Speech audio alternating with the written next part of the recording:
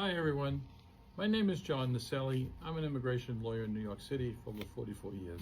And recently, I'm sure you've heard, there's been a number of people that have been involved in the mass deportation, arrest, and processes that the government is doing right now.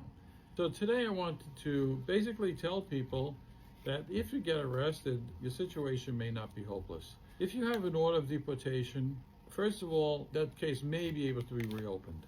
If you are detained, it's possible we can get you a bond, depends on many circumstances and what state you get detained in. But we've had many people that have gotten released. If you're eligible for a benefit, such as cancellation of removal, you've been here more than 10 years, maybe you can file for that benefit even if you are detained. Sometimes people have been here for many, many years, never filed for anything, and yet they were eligible for a benefit to apply. And do you know of anyone who maybe filed for adjustment of status? They're married to a U.S. citizen, but the case was denied. Maybe the taxes were no good.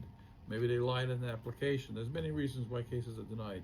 Sometimes we can get those cases reopened and reconsidered and then get approved. And we've had a number of other cases where people have actually been denied visas abroad. They've gone abroad, they've had an interview at the consulate, and then they've been denied for many reasons. Maybe they had been here for a period of unlawful presence for more than 6 months or more than a year. That could be problematic if you never filed a waiver before leaving. Maybe they have an arrest of some kind that happened many years ago. There's many other reasons.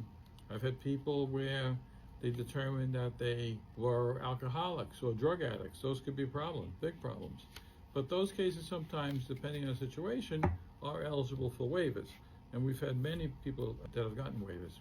Another big situation that's been happening recently, very more common, is misrepresentation, and people are being denied for lying on an application or lying to the consular official or lying about an arrest, say that they never arrested or don't remember being arrested.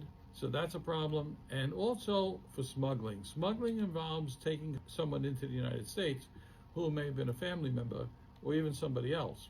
But the waiver would generally only be available if it's a close family member. Those waivers are not easy to get, but we've done many of them and they've all been approved. The biggest problem with the waivers is the amount of time that it takes to do those waivers. So what I say, my message today is to think positive. If you get arrested or know anyone who's been arrested, or your case has been denied, or you know someone whose case has been denied, it may not be hopeless.